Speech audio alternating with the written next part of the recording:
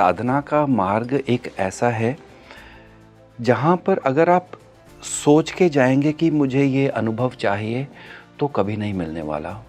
आप वहाँ साधना में सिर्फ साधना करने ही जाइए, धीरे धीरे वो परमात्मा अपने आप ही दर्शन देते हैं। अपने आप आपको बोलना ही नहीं पड़ता कि भोले बाबा आप आ जाओ, मैं रेडी हूँ। तो फिर भोले बाबा बोलेगा अच्छा कौन सी फॉर्म में आऊँ, अब तूने बुलाया है। हाँ, जब महादेव के दर्शन हो गए और ये जो आपने कहा कि एनर्जी शिफ्ट हो गया आपके अंदर, पूरा वो जो कॉबवेब खुला आपका जी, उसके बाद क्या एक्सपीरियंसेस हुए लाइफ में? उसके बाद मेरा शरीर बिल्कुल ही लाइट हो गया। लाइट हो गया मतलब पूरा हील हो गया। हील इन द सेंस कि कुछ भी करो और एक अजीब सी मुस्कुराहट और खुशी आई कि क्या है, तुम जिंदगी में इतने परेशान रहते हो, जिंदगी जी के देखो, जीवन जी के देखो कितना आनंद है। और कृष्ण यही तो बोलते हैं कि जीवन जीने के लिए है, जीवन काटने के लिए नहीं है। अपने अंदर की कॉन्शियसनेस को हम कैसे जगा सकते हैं? जब आप अपने भीतर उतरते हो कि यही एक स्पेस है आपके भीतर जो कोई उसमें आ नहीं सकता, कोई दखलंदाजी, कोई तू मैं नहीं हो सकती। ये सिर्फ आपका पर्सनल स्पेस है, राइट? अगर आप शांत हो गए अंदर से और जो हो रहा है उसको होने देना, तो अपने आप ही चेतना के स्तर बढ़ने लगेंगे। इमेजिन अमावस के दिन रात के 12 बजे जंगल में आप बैठे हो एक प्राचीन मंदिर में और ये ओम, और उसके भीतर जब हमने माँ को देखा, जब ओम की ध्वनि शुरू हुई, जागृत हुई, और जब माता रानी पर नजर मारी और माता रानी ऐसे आंखें खोल के देख रही है। ओह गॉड।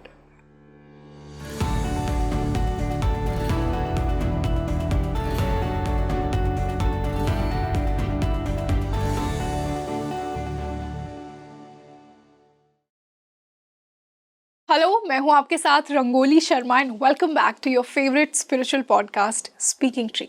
देखिए, साधना मेडिटेशन हमें बहुत दिव्य एक्सपीरियंसेस दे सकती है, बहुत मिस्टिकल एक्सपीरियंसेस दे सकती है। अगर देवी देवता आपकी साधना से प्रसन्न हैं तो शायद वो आपको दर्शन भी दे दें।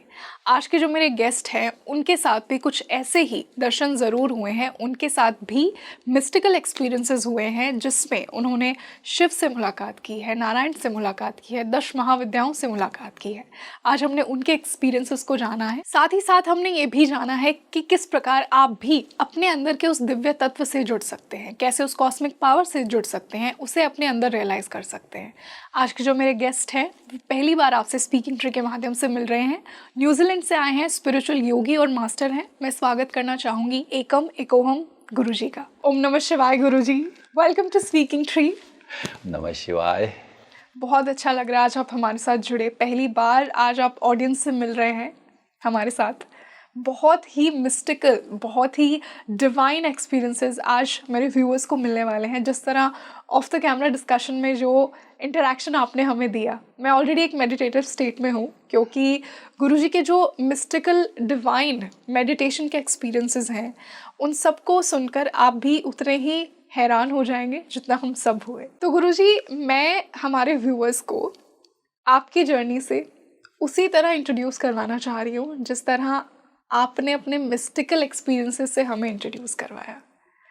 किस प्रकार वो दिव्य शक्तियाँ आपके पास आई, ये जो कहानी है हरपाल रंधावा से एकम एकोहम बनने की, ये जर्नी कैसे बनी? आपके जो मिस्टिकल एक्सपीरियंसेस हुए हैं, जो साधना के एक्सपीरियंसेस हुए हैं, जहाँ पर आप देवी देवताओं से मिले हैं, आप महादेव से मिले हैं, आप गुरु नानक देव से मिले हैं, आप देवी से मिले हैं, वो सारे एक्सपीरियंसेस आज हमारी ऑडियंस के साथ मैं शेयर करना चाहूँगी। धन्यवाद रंगोली जी मुझे यहाँ बुलाने के लिए। काले मैंडे कपड़े काला मैंडा वेश, गुनाह परया मैं फिरा लोग कहन दरवेश। ये बाबा फरीद ने बोला था कि लोग उनको दरवेश बोलते थे, सूफ़ी। तो उन्होंने बोला कि मुझे पता है कि मैं अंदर से कितना काला हूँ, काले कपड़े, मेरे में कितनी खामियां हैं। गुनाह परया मैं फिरा लोग कहन दरवेश। लेकिन वो परमात्मा ने इतनी कृपा की कि कुछ बचता ही नहीं कुछ मांगने के लिए। और ये साधना का मार्ग एक ऐसा है जहाँ पर अगर आप सोच के जाएंगे कि मुझे ये अनुभव चाहिए तो कभी नहीं मिलने वाला। आप वहाँ साधना में सिर्फ साधना करने ही जाइए और बाकी का सब परमात्मा पर छोड़ दीजिए।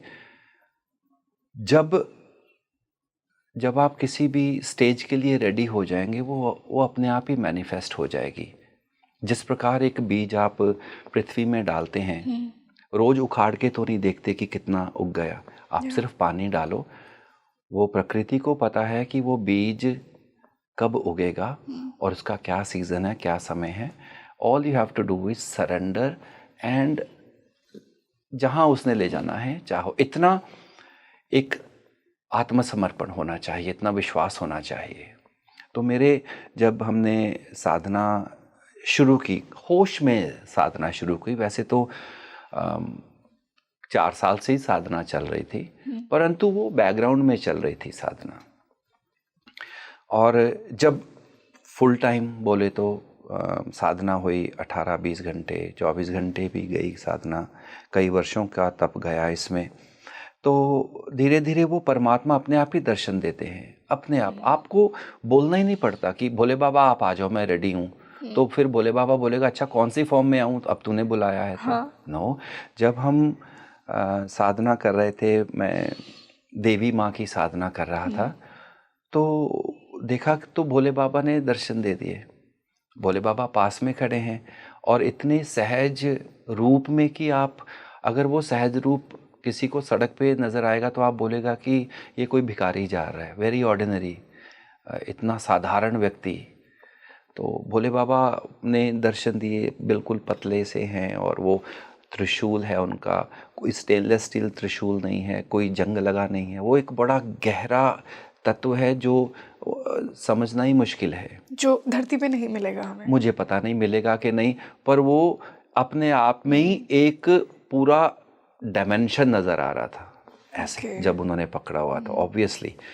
और विभूत लगी हुई थी पूरे, और घुंघरू, उनके जो घुंघरू की बेल्ट बोलते हैं वो उनकी कमर पे बंधी हुई थी। मैंने कभी क्रॉस नहीं देखा, मैंने कभी मूर्तियों में देखा है या उनके जो विग्रह होते हैं उनमें क्रॉस लगाया होता है ऐसे करके, लेकिन मेरे को जो दर्शन दिए उन्होंने ऐसे बेल्ट लगी हुई थी। और जब वो आए तो छन छन मुझे लगा कि पता नहीं कौन आ गया।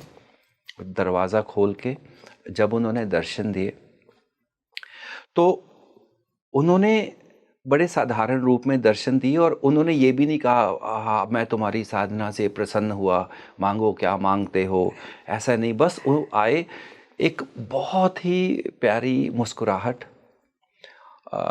सीरियस भी नहीं फेस और हा भी नहीं फेस, बिल्कुल एक वेरी सटल, सूक्ष्म कि okay I am satisfied type, है ना।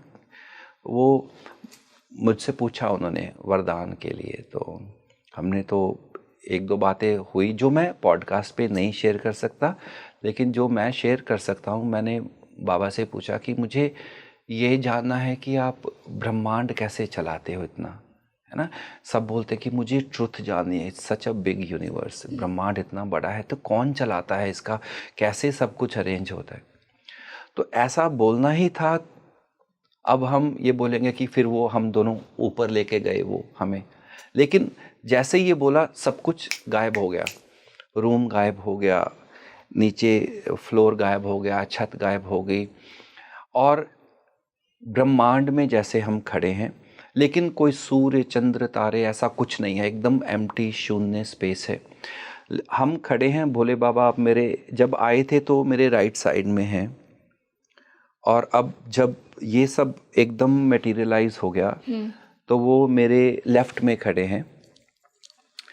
और ये जैसे रूम है, अब रूम्स की तो दीवारें हैं, अब मान लो ये बिल्कुल ग्लास है और ट्रांसपेरेंट है, दीवारें नज़र नहीं आ रही है, लेकिन वो एक एनर्जी की, ऊर्जा की दीवार है इधर ऊपर नीचे, और उसके भीतर उन्होंने क्या क्रिएट किया, माइक्रो यूनिवर्स, एक मैक्रो यूनिवर्स जो बाहर, एक माइक्रो यूनिवर्स। वहाँ पर दिखाया कि हर एक गैलेक्सी और सौरमंडल और चंद्र और तारे और बड़े ही सूक्ष्म भाव में बहुत ही धीमी मध्यम गति से हल्के हल्के फ्लोट कर रहे हैं। ये उन्होंने आपको दिखाया, ये बाबा ने मुझे, भोले बाबा ने मुझे दिखाया, एक माइक्रो यूनिवर्स, एक माइक्रो यूनिवर्स पूरा कि दिखा दिया किस उन्होंने। प्रकार वो ब्रह्मांड चला रहे हैं, जैसा आपने उनसे पूछा हाँ, था। और उस दौरान कोई वर्ड शेयर नहीं हुए। एग्जैक्टली, कि उन्होंने कम्युनिकेट कैसे जी, किया आपसे। और वहाँ पर फिर हमने दोबारा से पूछा उनसे कि ये, जैसे हम बोलते हैं ना कि ग्रेविटेशनल पुल एक दूसरे को करता है और रखता है अपनी अपनी जगह पर, तब बाबा ने बताया इन सबके भीतर जो ऊर्जा है वो है प्रेम। प्रेम जो बाद में हाईएस्ट अवस्था पे प्रेम नहीं होता, वो सब शांति होती है एंड रिस्पेक्ट ऑफ एक्नॉलेजिंग, आपको मानना कि आप हो और हम आपकी रिस्पेक्ट करते हैं, वही प्रेम है, शांत बिल्कुल, और कोई डिस्टर्बेंस नहीं, कोई कुछ नहीं। तो भोले बाबा ने वो दर्शन दिए हमें। तो ये भोले बाबा का एक्सपीरियंस था। तो प्रणाम किया बाबा को और कुछ और भी आशीर्वाद दिया विच मैं इधर नहीं बता सकता। ये भोले बाबा का डिवाइन एक्सपीरियंस था।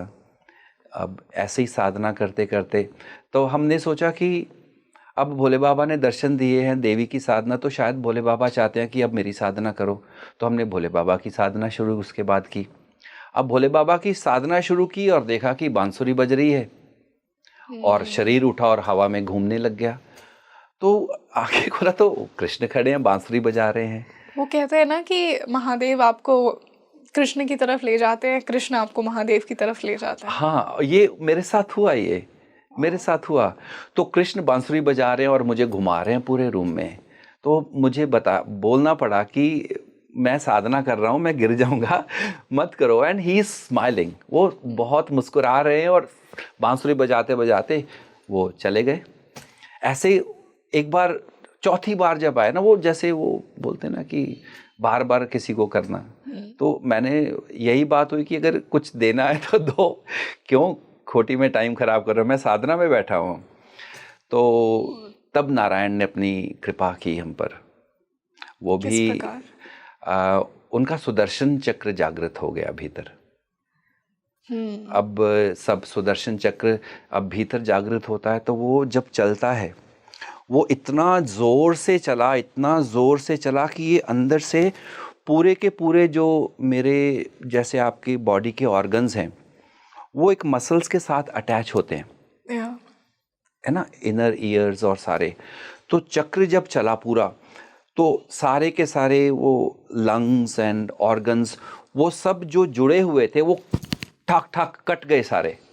सेपरेशन, वही आत्मा जब शरीर से जुड़ी होती है तो वो शरीर की अनुभूति करती है।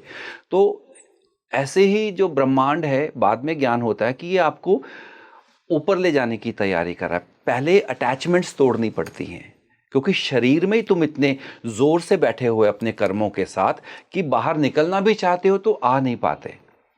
तो जब सुदर्शन चक्र चला कि अंदर के ये सब खुल गए, अंदर से लगा कि किसी ने मेरे कान भी अंदर से काट दिए, जो जैसे कॉबवेब्स बोलते हैं, मकड़ी के जाले, वो सब खुल जाते हैं। तो वो सब जब सुदर्शन चक्र जागृत हुआ तो किसी ने फिर बाद में फ़ोटो भी खींची, तो पूरा येलो नज़र आया था उनको। वो है हमारे पास पिक्चर, पूरा येलो। तो नारायण तब जागृत हो गए। तो गुरुजी फिर क्या चेंजेस आए आपकी लाइफ में जब नारायण जागृत हुए, जब महादेव के दर्शन हो गए, और ये जो आपने कहा कि एनर्जी शिफ्ट हो गया आपके अंदर, पूरा वो जो कॉबवेब खुला आपका जी, उसके बाद क्या एक्सपीरियंसेस हुए लाइफ में? उसके बाद मेरा शरीर बिल्कुल ही लाइट हो गया। लाइट हो गया मतलब पूरा हील हो गया। हील इन द सेंस कि कुछ भी करो और एक अजीब सी मुस्कुराहट और खुशी आई कि क्या है, तुम जिंदगी में इतने परेशान रहते हो, जिंदगी जी के देखो, जीवन जी के देखो, कितना आनंद है। और कृष्ण यही तो बोलते हैं कि जीवन जीने के लिए है, जीवन काटने के लिए नहीं है। ज्यादातर लोग जीवन काट ही रहे हैं, दिन रात, कल काम पे जाना है, आ जाना है, खाना खाना है, सोना है, बॉस को जवाब देना है, ये करना है। वो बोलते ना कटते कटते कट जाएगी, नहीं, जीवन को जियो और अभी जियो, कल का नहीं पता। तो एक विश्वास आ जाता है और आपको पता है कि कोई है जो आपको इतना काबिल बना रहा है।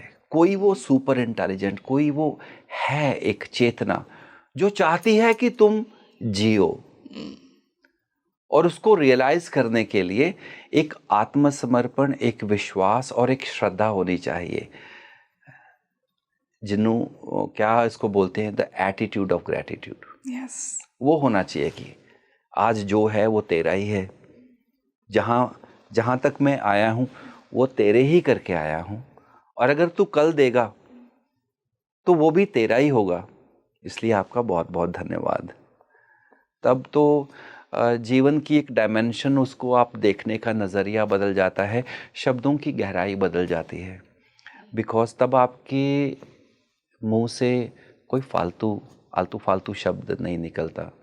तब आपके जो आप बोलते हो वो आप तभी बोलते हो जब रियली यू मीन, उसका रियली आपको कुछ है, उसके पीछे कोई कारण है, तभी बोलोगे, नहीं तो आप चुप ही हो जाओगे। लेकिन अजीब सी खुशी, अजीब सी हंसी, अजीब सी एक चेतना और डर निकल जाता है कि कल क्या होगा पता नहीं। आप प्रेजेंट में जीने लग जाते हो, जो कि आपके साथ हुआ। इन द प्रेजेंट अवेयरनेस कि अभी जो हो रहा वही सच है, कल तो आया ही नहीं अभी तक, है ना, और जो गया वो तो गया। तब तो वो जो जिसने पुराना किया उसको भी जाने दो यार, जिसने किया वो तो कुछ सिखा के ही गया, है ना। तो जब सीखोगे नहीं तो शक्तिवान कैसे बनोगे। आपने शक्ति की बात की, आपके शिव से एक्सपीरियंस हुए, आपके नारायण से एक्सपीरियंस हुए। आपने मुझे ऑफ द कैमरा ये भी बताया कि दशों महाविद्याओं के साथ भी आपके ऐसे मिस्टिकल एक्सपीरियंसेस हुए। तो किस प्रकार देवी के कौन से स्वरूप ने आपको किस प्रकार दर्शन दिए, क्या आपको फील हुआ, वो एनर्जी शिफ्ट कैसे हुआ, और फिर आपकी लाइफ में क्या चेंजेस हुए, और आपको अपने सोल पर्पस के बारे में फिर क्या रियलाइज़ हुआ 10 महाविद्याओं के एक्सपीरियंस के बाद? देखो, बेसिकली मैं हूँ पंजाबी फैमिली से, है ना, तो मेरी बैकग्राउंड में सिर्फ गुरु ग्रंथ साहब ही आते हैं, बाकी और साधना के बारे हमें नहीं पता होता, है ना, सिर्फ हम बाणी सुनते हैं। लेकिन जब साधना शुरू हुई, तो जब हम साधना कर रहे थे, देवी की साधना कर रहे थे, तो एक दिन अचानक से यहाँ पर बहुत सारी मधुमक्खियाँ बैठ गई आके, और मधुमक्खियों का मतलब कि अंदर से लगा कि जैसे बहुत सारी मधुमक्खियाँ हैं अंदर।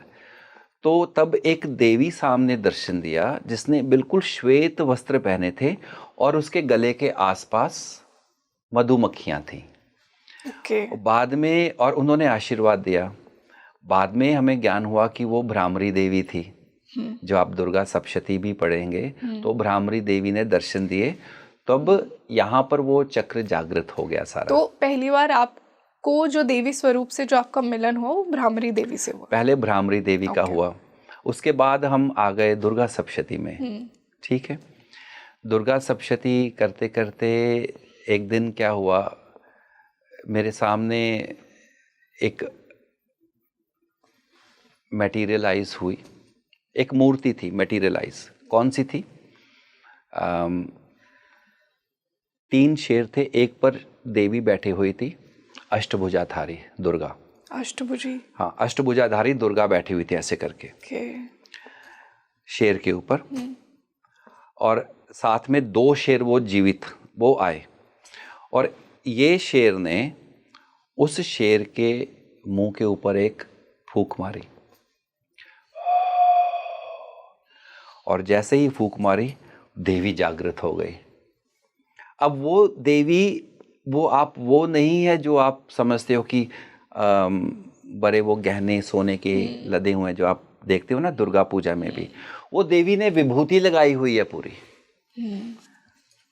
पूरी विभूत धारणी, और देवी ने शस्त्र को साइड में किया और हमें आशीर्वाद दिया।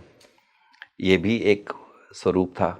और जब बाद में जब और साधना हुई, तो जब हम माँ पीताम्बरा की साधना कर रहे थे, बगलामुखी की साधना, तो श्री यंत्र लगा हुआ था सामने।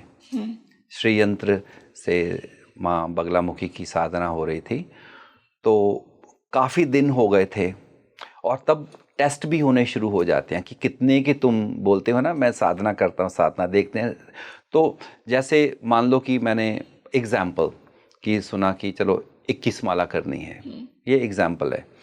तो उसका रूल होता कि अगर माला करते करते आप भूल गए हाँ, तो फिर से शुरू करना पड़ेगा, ओके, है ना। क्योंकि जो हम लोग होते हैं फिर ऐसे रूल अपने लिए बना लेते हैं ताकि बिल्कुल ही इधर उधर ना जाएं एकदम। तो करते करते इतनी बेहोशी छाने लग जाती है कि अब जैसे 21 माला है, 20वें आते आते तक वो मेरी माला नीचे लग गई। और ये देवी आपको टेस्ट कर रही हाँ, ये टेस्ट नीचे लग गई। अब मैं उठा तो जब होश आया फिर से, क्योंकि वो उड़ जाते हो ना बिल्कुल, ओहो अभी तो मुझे पता था कि 20 हो गए, एक और होने वाला, तो अब क्या करूं। फिर से अब मैं अपने आप मन को समझाऊं, नहीं नहीं अभी कुछ नहीं हुआ, चलो एक कर लो, हो गया। नहीं, मैंने फिर से शुरू किया, क्योंकि देवी करवा रही है तो शक्ति भी वही देगी, है ना। वो करते फिर से शुरू हुआ, एक दिन करते करते फिर से बेहोशी हो गई, फिर से शुरू किया। फिर ऐसा जैसे लगा कि अब मुझे आंखें बंद ही नहीं करनी है, तो हम श्री यंत्र को ही देखने लगे, श्री यंत्र के बिंदु में अब मैं साधना करूंगा, जो भी हो जाए मैंने आंखें बंद ही नहीं करनी। तो त्राटक सिद्ध हुआ। तब त्राटक सिद्ध होते होते एक दिन अचानक से वो जो ट्रायंगल है श्री यंत्र में, वहां से तो पहले 2 नेत्र जागृत हुए ऐसे करके, और उसमें से एक दिन धीरे से एकदम माता रानी की शक्ति आई और पूरा शरीर ऐसे जागृत हो गया। तो वो माँ बगलामुखी जागृत हुई, ऐसे ही माँ काली जागृत हुई। माँ काली तो हम जब कलकत्ता में थे वहाँ पर जंगल में बैठ के साधना करते थे। वहाँ पर जब हमने काफ़ी साधना की तो हमारे गुरुजी थे, बोले कि आज ना तुम उपवास करेगा, वो बंगाली बाबा है, आज तुम उपवास करेगा और रात को हम हवन करेगा। तो ठीक है गुरुजी। दिन के समय गुरुजी ने भी उपवास किया और बोले कि चलो जंगल से हम नीचे से स्पेशल एक हवन की लकड़ी होती है जो माता को बहुत पसंद है, वो कलकत्ता के जंगलों में मिलती है। तो हम आश्रम से जंगल में लकड़ी लेने गए नीचे, और पीछे से आदिवासियों ने ढोल बजाना शुरू कर दिया कि अरे बाबा, और तब मुझे हरपाल जी, बाबा जी और हरपाल जी नीचे गए हैं और इधर से हाथी आ गया, चलो। तो देखा आप जहाँ खड़े हैं वहाँ पर निशान लगे हुए थे हाथी के, तो देखा तो हाथी पीछे पड़े हुए हैं हमारे। हम हाथी दौड़े हाथी से बचने के लिए, और बाबा जी के बाल भी ऐसे और मेरे भी ऐसे। वो एक लकड़ी हमने उठाई जो हवन में थी, इतना बड़ा लट्ठा उठाया, बाबा आगे और हम पीछे, ठीक है, दोनों लेकर जा रहे हो और पीछे वो ढोल बजा रहा कि आज तो ये लोग गए। अब पहाड़ी भी चढ़नी थी हमने, छोटी सी पहाड़ी भी थी, और चढ़ रहे हैं और हमारे बाल जो हैं वो कांटों की झाड़ियों में हमारे बाल लग गए सारे। लेकिन किसी तरह आए वापस। जब ऊपर चढ़े तो देखा तो इतनी हाथों में चुभन हो रही है। देखा तो क्या था, वो जो लकड़ी उठाई थी वो सारी लाल चींटियों से इन्फेस्टेड थी, सारी की सारी। वो जो लाल चींटियां होती हैं वो सब पूरे शरीर पे वो आ गई। तो मैं और बाबा ठंडे पानी में बैठे थोड़ी देर, क्योंकि जलन होने लग गई। फिर रात को जब हम 10 साढ़े 10 बजे, माँ काली का वो 5000 साल पुराना मंदिर है, ये वही मंदिर है जहाँ पर दुर्गा साधना सबसे पहले शुरू हुई थी, दुर्गा पूजा कलकत्ता में। ये वही मंदिर है। ये मेधा मुनि का वो है आश्रम, जहाँ पर दुर्गा सप्तशती में वर्णन आता है कि एक वैश्य था और एक राजा था, राजा सूरत। जब वो ज्ञान लेने के लिए मेधा मुनि के पास आए तब उन्होंने दुर्गा सप्तशती का ज्ञान इनको दिया। ये वही मंदिर है। वहाँ पर रात को जब साधना हुई रात को, तो मुझे पता है कि बाबा ने बोला कि चल हवन कर। अब वो हवन भी तंत्रोक्त होता है ना।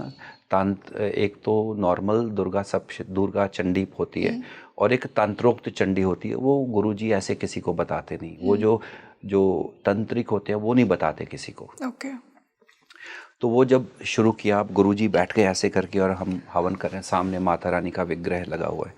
तो थोड़ी देर बाद 12 बजे होंगे तो आवाज़ आनी शुरू हो गई, शिव शिव शिव। देखा बाहर तो कुछ भी नहीं है, और बाहर तो वो सियार वगैरह की आवाज़ आ रही है और उल्लुओं के फड़फड़ाने की आवाज़ आ रही है, शिव शिव शिव। थोड़ी देर बाद देखा तो जैसे माता रानी देख रही है, बगलामुखी की बात नहीं, ये माँ काली की बात हो रही है, अब चंडी की बात हो रही है। तो माता रानी देख रही है ऐसे करके, शिव चारों तरफ से आवाज़ आ रही, शिव। अभी भी जैसे मैं बोल रहा हूँ तो ये सब खुलना शुरू हो गया हमारा। थोड़ी देर में देखा एक ओंकार की ध्वनि आ रही, ओम जो यूनिवर्स का साउंड है। ओम ओम। अब वो देखिए ध्वनि कहाँ से आ रही है, वो मेरे बाबा की नाभि से निकल रही है, ओम ओम। इमेजिन अमावस के दिन रात के 12 बजे जंगल में आप बैठे हो एक प्राचीन मंदिर में, और ये ओम। और तो देवी मैंने देखा बाबा जी को, बाबा जी लगे अपना करने, और हम माँ काली मेरे आपको बच्चे। दर्शन दे रही है। और उसके भीतर जब हमने माँ को देखा, जब ओम की ध्वनि शुरू हुई, जागृत हुई, और जब माता रानी पर नजर मारी, और माता रानी ऐसे आंखें खोल के देख रही है, ओह गॉड।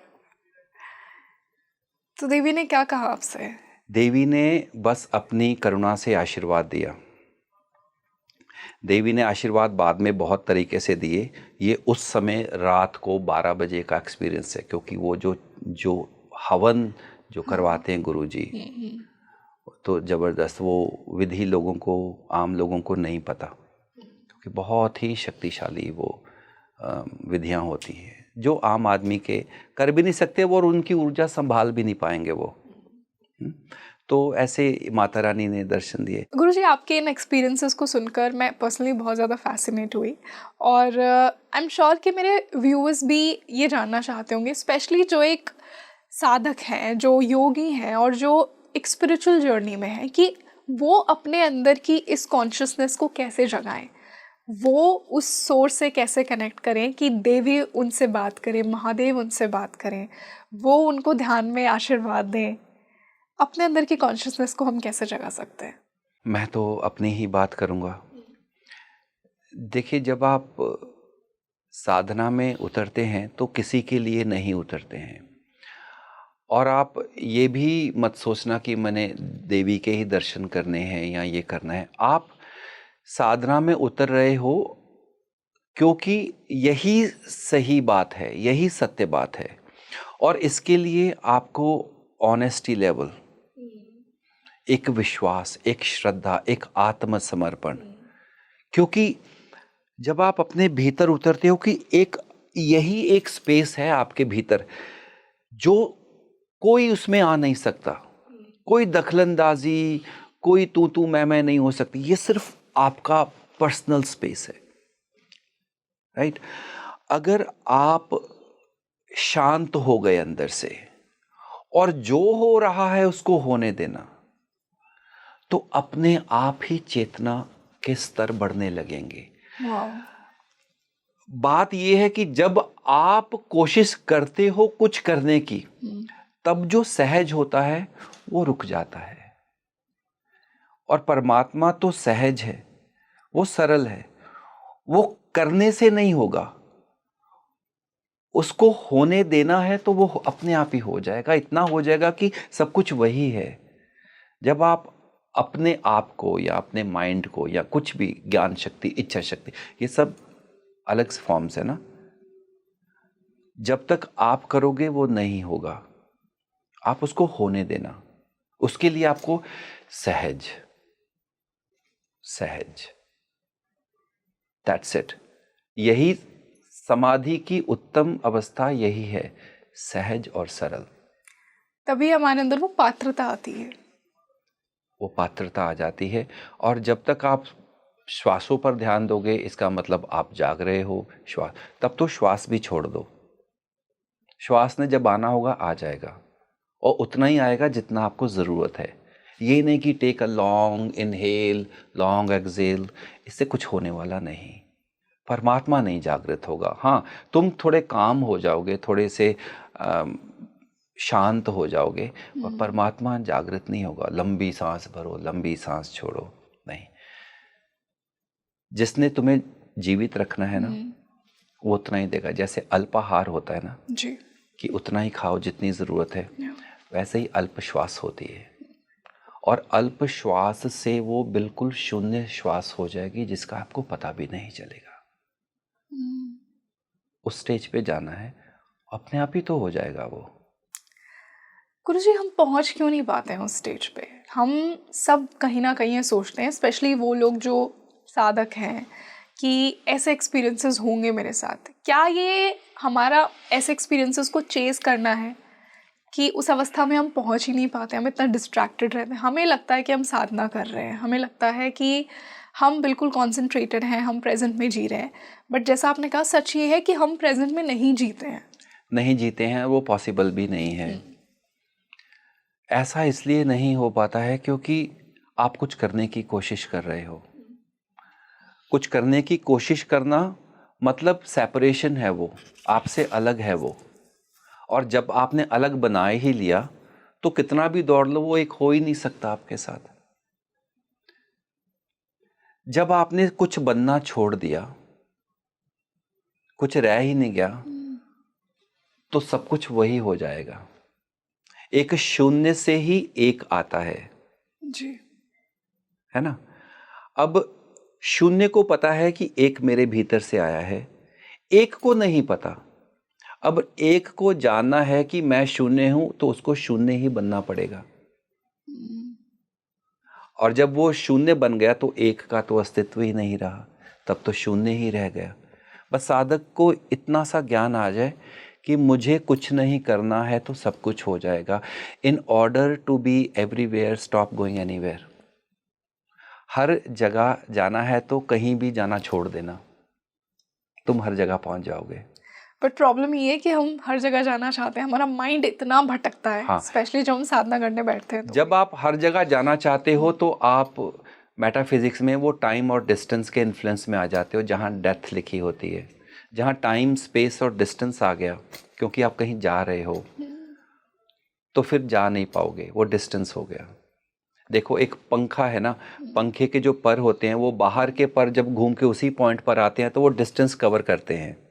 लेकिन पंखे का जो बिल्कुल सेंटर पॉइंट है उसको कहीं जाने की ज़रूरत नहीं है, क्योंकि सारी डायमेंशंस उसके सेंटर से ही निकलती हैं। उसी तरह हमारे भीतर ही सब कुछ है, कहीं जाने के लिए छोड़ देना और शून्य में जागृत हो जाओगे। गुरुजी, अगर मान लीजिए कोई साधक इस अवस्था में पहुंच जाता है, तो जो आपने शून्य में जागृत होने की अवस्था की बात की, तो क्या वो इंसान अपने अंदर की सिद्धीज को भी अवेकन कर सकता है? सिद्धियों के पीछे भागोगे, लोग भागते हैं सिद्धियों के पीछे, तो फिर वो भागते ही रहेंगे। जो शून्य में जागृत हो गया उसके लिए साधक की विश इज नेचर्स कमांड। क्योंकि जिसने शून्य जागृत कर लिया, ओंकार जागृत कर लिया, उसको कुछ और लेने की ज़रूरत नहीं है। फिर वो इतना सहज हो जाता है कि जो होता है होने दो। अब वो सिद्धियों रिद्धियों सिद्धियों के पीछे नहीं दौड़ रहा। जब उसको ज़रूरत है खाने की तो भोजन का प्रबंध हो जाएगा। उसको किसी को दिखाना नहीं है, उसके भीतर जो वो है उसने बस ज्ञान देना है कि भाई मैंने हो गया, मेरे भीतर हो गया, तुम्हारे भीतर भी हो सकता है, लेकिन तुम्हें चलना पड़ेगा। लेकिन हमारे यहाँ पर इसलिए रिद्धियों सिद्धियों के पीछे भागते हैं क्योंकि उनकी डिमांड बहुत है मार्केट में। वो बोलते बाबा जी मेरा ये हो गया, आप सिर पे हाथ रख दो, फूंक मार दो, इंजेक्शन तो लगा ही दो एक विभूति का, है ना। अब जब डिमांड नहीं रहेगी तो ये भी छूट जाएगा। लेकिन जो एक होती है साकाम साधना और एक होती है निष्काम साधना। साकाम साधना तभी तक होगी जब तक आपको उसका फल प्राप्त नहीं होगा। जैसे ही फल प्राप्त हुआ वो ज़ीरो हो जाएगी आपकी साधना, ठीक। लेकिन साकाम साधना वो बढ़ती रहती है, 1 2 3 4 5 6 ऐसे चलती रहती है। मान लो 2 वर्ष की आपने साधना की किसी चीज़ को प्राप्त करने के लिए, तो जैसे ही वो चीज़ प्राप्त होगी वो आपकी साधना ज़ीरो हो जाएगी। अब आप ये नहीं बोल सकते कि मैं 3 साल से साधना कर रहा हूँ, नहीं, तुम 1 ही साल से करो, वो ज़ीरो होगा पहले। रियली? यस, इस कॉज एंड इफेक्ट। क्योंकि एनर्जी लेने के लिए एनर्जी देना ज़रूरी है। तुमने एनर्जी ली, उसने भी ली, ज़ीरो हो गए। क्योंकि यूनिवर्स की नेचुरल स्टेट बैलेंस की है रंगोली जी। अब लोग बोलते हैं कि एनर्जी का फ्लो होता है ना, एनर्जी का फ्लो नहीं होता है। अगर फ्लो होता है वो ये भी बताता है कि वो इम्बैलेंस है। पानी तभी चलता है जब इम्बैलेंस होता है। जब बैलेंस हो गया तो पानी बहेगा इधर से। अगर ब्रह्मांड में ऊर्जा चल रही है तो क्या बैलेंस हुआ? वो नहीं हुआ। तो हम बोलते हैं पॉजिटिव एनर्जी, नेगेटिव एनर्जी, है ना। वो positive energy, negative energies because of the mental state of people. किसी की मानसिक अवस्था क्या है उसके हिसाब से एनर्जी का आदान प्रदान होता है, लेकिन ब्रह्मांड का नेचुरल स्टेट बैलेंस ही है, ना आना ना जाना, वही तो शून्य है, अमात्रा, अनुत्तर, ना आगे ना पीछे, ना ऊपर ना नीचे, शून्य, ना लाइट ना डार्कनेस, डेथ कंप्लीटली।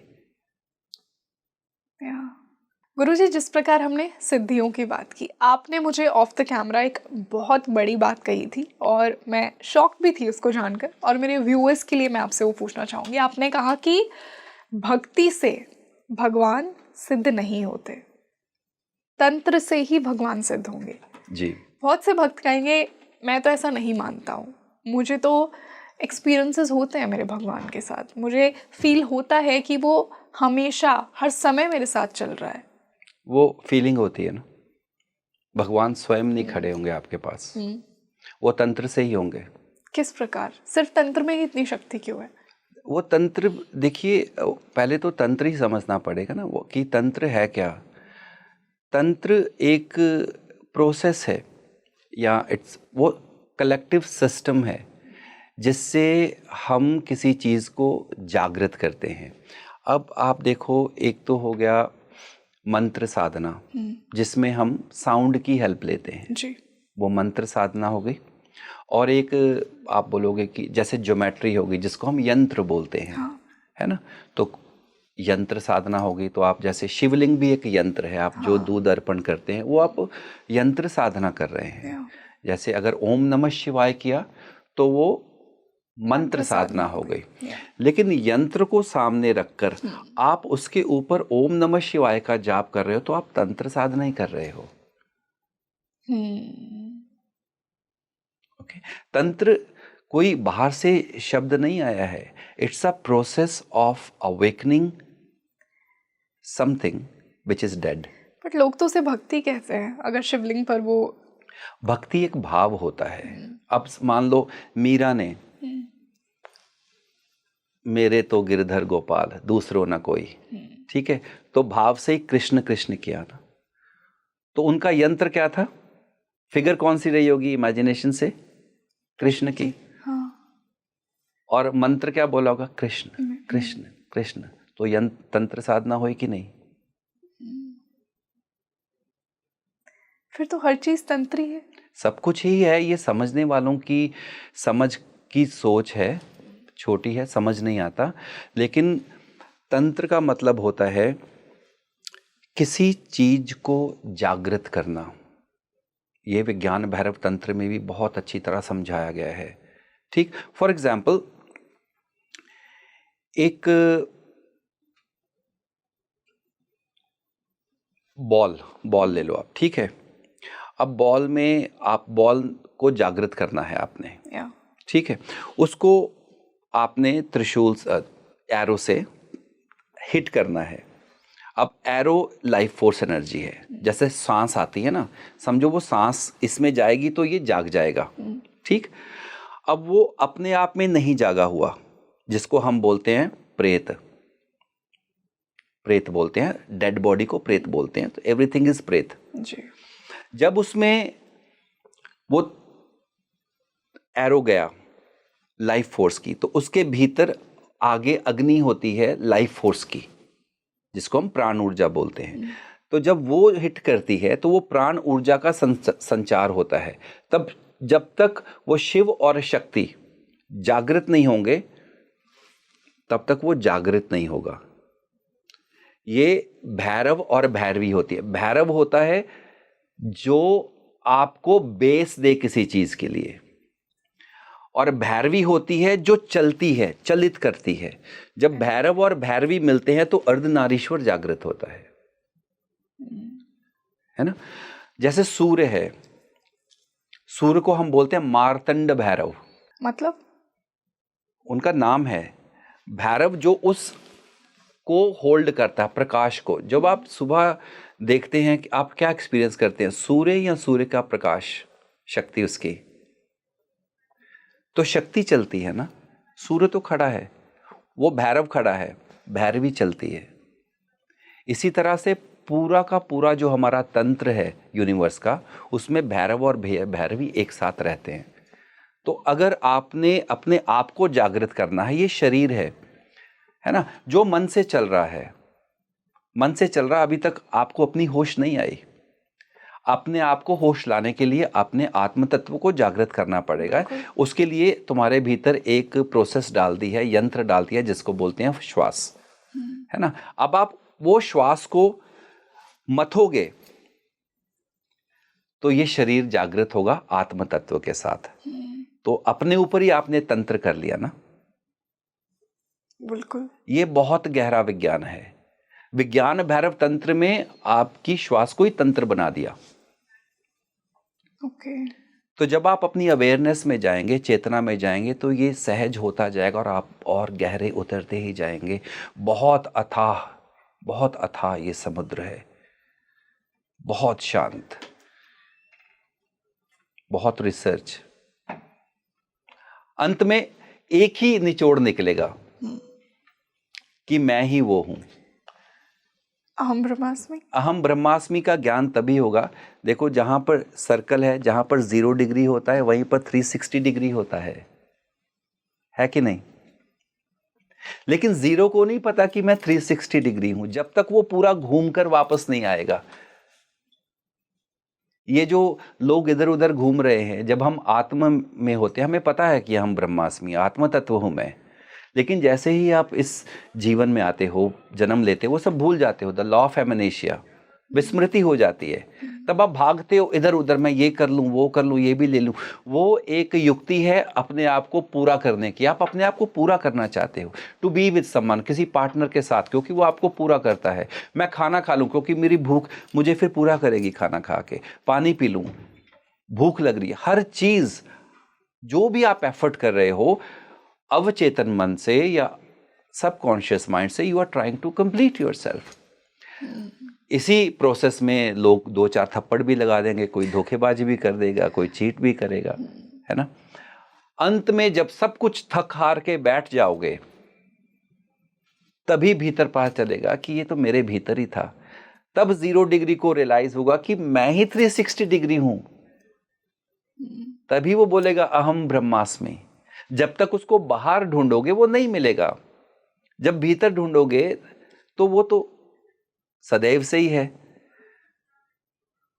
अंतर्मुख समाराध्य बहिर्मुख सुदुर्लभा, ये ललिता सहस्त्रनाम में माता रानी ने बोला है कि अंतर्मुख में ढूंढोगे तो मैं तो सहज हूं, बहिर्मुख सुदुर्लभा, बाहर दुर्लभ है।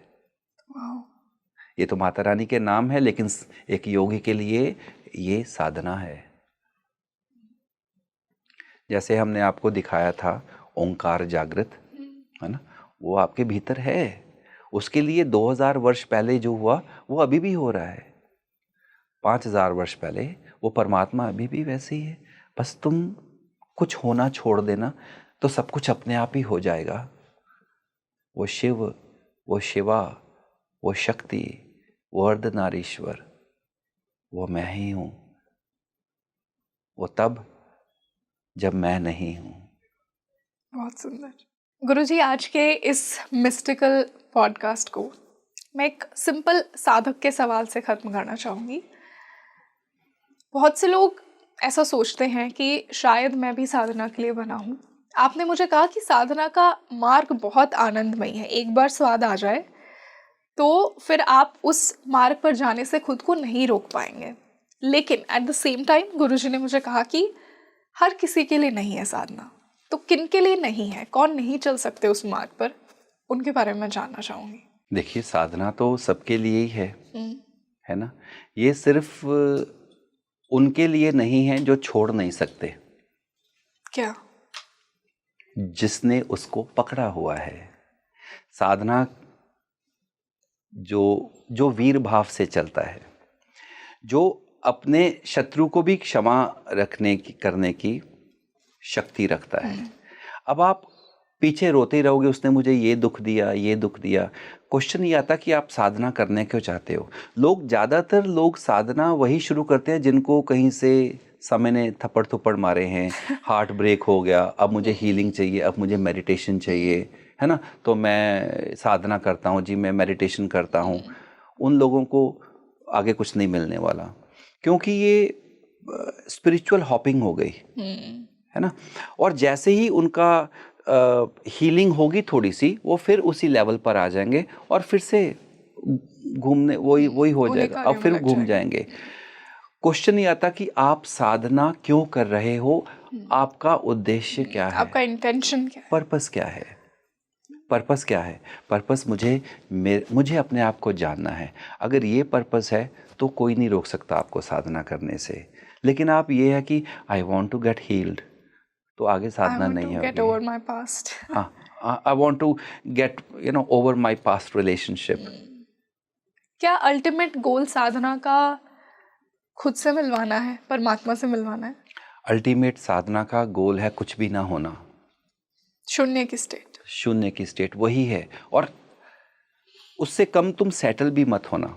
इसके जब आप हाईएस्ट की तरफ चल रहे हैं तो आपकी डिस्ट्रैक्शंस भी बहुत होंगी, पैसे भी आ जाएंगे, कोई पार्टनर भी मिल जाएगा, कुछ आपकी स्थिति भी अच्छी हो जाएगी या ना अच्छी होगी, कुछ ना कुछ आता रहेगा।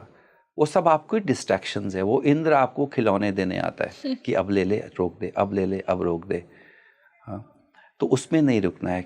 अगर आपका त्राटक है उस पर कि मुझे I will not settle for bread crumbs, मुझे हाईएस्ट से कम में सेटल नहीं होना है, मुझे दर्शन करने हैं तो मुझे साइंस नहीं चाहिए, मुझे दर्शन ही करने हैं, है ना।